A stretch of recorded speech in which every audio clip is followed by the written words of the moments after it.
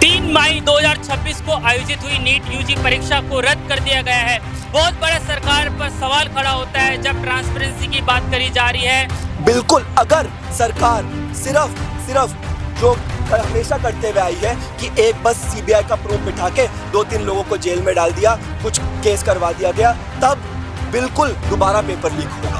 ढीले कपड़े पहन के आओगे, पैजामा पहन के आओगे, जूता नहीं पहनोगे तुम, घड़ी नहीं पहनोगे तुम, जैकेट नहीं पहनोगे तुम, जेब नहीं होनी चाहिए बहुत सारी, प्लास्टिक की बोतल नहीं ले जा सकते, ट्रांसपेरेंट बोतल होनी चाहिए पानी की। तो सारी चेकिंग, सारी पुलिसिंग बच्चों पे कर रहे थे और इनके सिस्टम के अंदर बैठ के जो पेपर लीक कर रहा था वो इनको पता नहीं चल रहा है। होता है तो उनके एम्प्लॉयज जब पेपर लीक कर देते हैं अपने फायदे के लिए, तो क्या ये आश्चर्य की बात है? नकल माफियाओं का सीधे तौर पर बड़े लोग मिले हुए हैं। जब जांच होगी तो आपको लगता है ऐसे लोग सामने आएंगे। 448 करोड़ की आय हुई, इतना बड़ा मुनाफा सरकार को मिला, फिर भी घोटाला होना 2024 में भी इस प्रकार के घोटाला सामने आया था। उससे भी पहले लगातार चीजें होती रही होगी, लेकिन चीजें सामने नहीं आई हैं। लगता है दोबारा नहीं होगा ये बिल्कुल, अगर सरकार सिर्फ जो हमेशा करते हुए आई है कि एक बस सीबीआई का प्रोब बिठा के 2-3 लोगों को जेल में डाल दिया, कुछ केस करवा दिया गया, तब बिल्कुल दोबारा पेपर लीक होगा। क्योंकि समझने की जरूरत है कि पूरा एनटीए ही है। पूरे एनटीए के आप शुरू से 18 से देखिए, 2018 से सारे डायरेक्टर्स के क्लोज बीजेपी से लिंक रहे। उसके बाद पूरी एनटीए में लगातार 70 to 80% एम्प्लॉयज कॉन्ट्रैक्ट पे हैं, जो पूरे दायरे से बाहर है।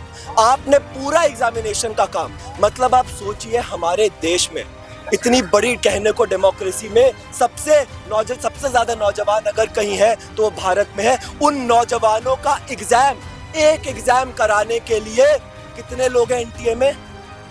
20 से 25 परमानेंट एम्प्लॉयज है, वो भी कोई और गवर्नमेंट डिपार्टमेंट से इधर उनको ट्रांसफर किया गया है।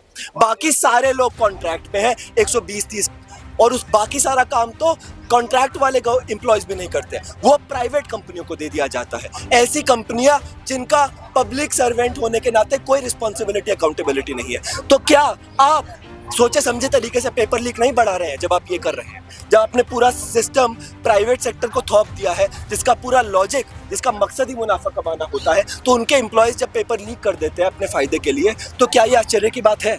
नहीं। तो जब तक सरकार इस जड़ को नहीं समझेगी, जो वो समझती है इस जड़ को, लेकिन उनको भी तो अपने आकाओं की सेवा करनी है ना। उनको भी तो चाहिए कि जियो इंस्टीट्यूट में जाए, वरना जियो इंस्टीट्यूट में तो कोई जाएगा नहीं। तो पहले दिल्ली विश्वविद्यालय, जामिया, HCU जैसे अच्छे सेंट्रल यूनिवर्सिटी, स्टेट यूनिवर्सिटीज को बर्बाद करो।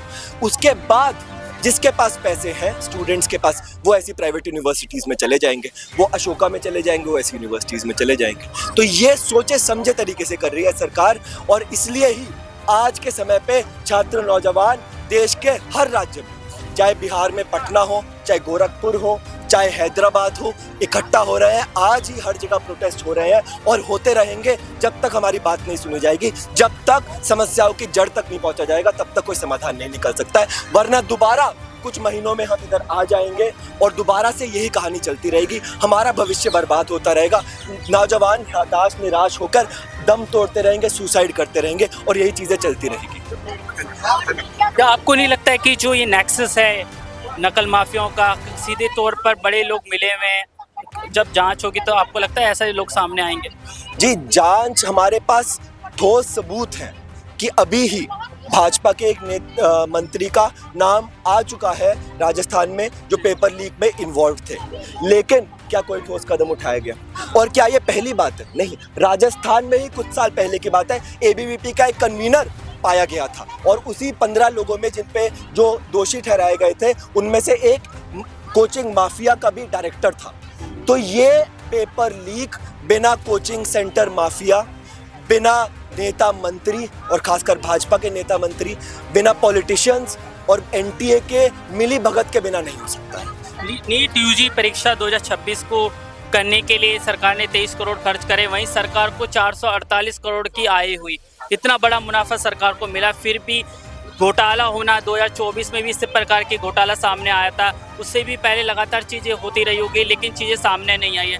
वहीं बात सरकार ट्रांसपेरेंसी की करती है, तो कहीं नहीं लगता, आपको नहीं लगता कि बहुत बड़ा बच्चों के साथ विश्वासघात हुआ है? क्योंकि नीट के एग्ज़ाम्स को माना जाता है कि बहुत प्रेस्टिजियस एग्ज़ाम्स है, बच्चे पूरी जान लगा देते हैं अपनी।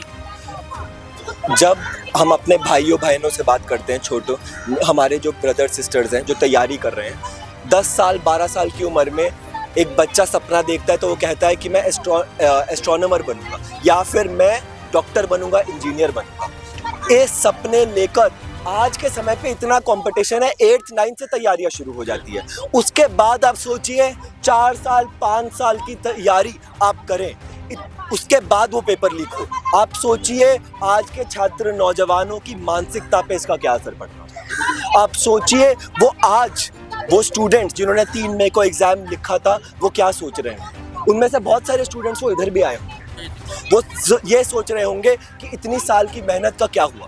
वो ये सोच रहे होंगे कि अब क्या होगा मेरे साथ, क्या अगला पेपर मेरा अच्छा जाएगा या नहीं, क्या मैं अगली बारी पढ़ भी पाऊंगा या नहीं। इतनी मुश्किल प्रेशर, क्या इसके अगर धांधली ना हो क्या फिर उसके बाद आज के नौजवानों के ऊपर कम प्रेशर है। इतनी कम सीटों के लिए तैयारी करना, एक ऐसे समाज में बड़ा होना जहाँ पे बेरोजगारी का आलम छाया हुआ है, इस डर के साथ बड़ा होना कि कॉलेज के बाद फीस कैसे भरेंगे और उसके बाद नौकरी कैसे करेंगे। उसके बाद जब आपके साथ ये होता है तो सोचिए क्या गुजर रही होगी उन सारे छात्रों पे, उन नौजवानों पे। हमारा हेल्थ सेक्टर वैसे ही कबर में गया हुआ है और बच्चे नीट की एग्जाम्स की तैयारी कर रहे हैं, डॉक्टर बन रहे हैं। कहीं ना कहीं आपको नहीं लगता है कि बहुत सारे बच्चों का मॉरल डाउन हुआ है, वो अपनी स्ट्रीम चेंज करेंगे, अपना करियर बदलेंगे, दूसरे फील्ड में जाएंगे? हाँ बिल्कुल। पिछली बार भी जब पेपर लीक हुआ था तो उसके बाद जो स्टूडेंट्स के बीच में सुसाइड थी वो बहुत तेज़ी से बढ़ी थी। तो हर बारी हमने देखा है जब ऐसी कोई बड़ी घटना होती है तो उसके कुछ समय बाद स्टूडेंट सुसाइड भी बढ़ती है। ऐसा क्यों है? क्योंकि एक बड़ी आबादी छात्र नौजवानों की हताश होकर, निराश होकर डिप्रेशन में चली जाती है। उनको लगता है कि उनकी मेहनत का कोई फल नहीं मिला उन्हें। और आज के समय पे सिस्टम में क्या मेरिट रह गया है, क्या न्याय रह गया है, जब सारी आपकी मेहनत पानी में जा रही है, जब आपको पता भी नहीं है जो पेपर आप लिख के आ रहे हैं उस पेपर में वो आगे बढ़ेगा भी या नहीं, आपके एग्जामिनेशन सेंटर पे कुछ भी हो सकता है, आपका कंप्यूटर काम नहीं कर सकता है। ऐसी तकलीफों के साथ, दुख के साथ आज के छात्र नौजवान ये सारी समस्याओं को झेल रहे हैं। एक बड़ा सवाल कहीं ना कहीं सरकार पे ज़रूर खड़ा होता है।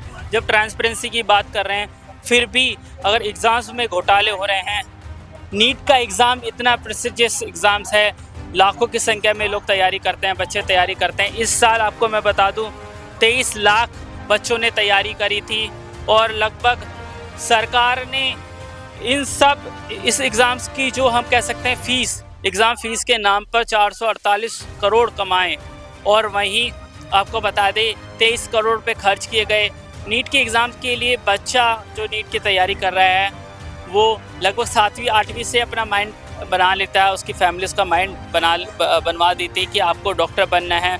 उसे 9th के बाद ही लगातार वो कोशिश करते हैं। 12th के बाद सबसे बड़ा कॉम्पिटिटिव एग्ज़ाम्स मेडिकल के लिए वो देते हैं और तब मेडिकल में सीटें हासिल करते हैं। आपको बता दें मेडिकल में सीटें सरकारी कॉलेजों में हासिल करना बहुत बड़ी, हम कह सकते हैं बहुत बड़े चोटी का सवाल होता है, बहुत बड़ी इसके लिए मशक्क़त करनी पड़ती है। इसलिए लाखों की संख्या में बच्चे MBBS के लिए विदेशों में जा रहे हैं, रूस में जा रहे हैं, यूक्रेन में जा रहे हैं। हमने देखा जब रूस यूक्रेन का युद्ध हुआ तो ऐसे मेडिकल के बच्चों को किस तरीके से सरकार वापस लाई, कुछ बच्चों की वहाँ पर डेथ भी हुई थी।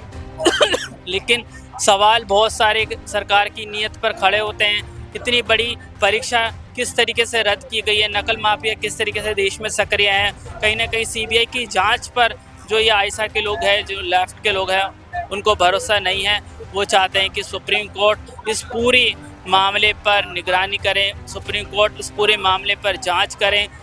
कहीं ना कहीं एक बड़ा सवाल ये खड़ा होता है, एक तरफ बेरोजगारी का देश में आलम है, दूसरी तरफ इस प्रकार परीक्षाओं का लीक होना कहीं ना कहीं मनोबल ज़रूर बच्चों का तोड़ता है। इनक्रेडिबल भारत न्यूज़ लाइव के लिए महेंद्र कुमार शर्मा।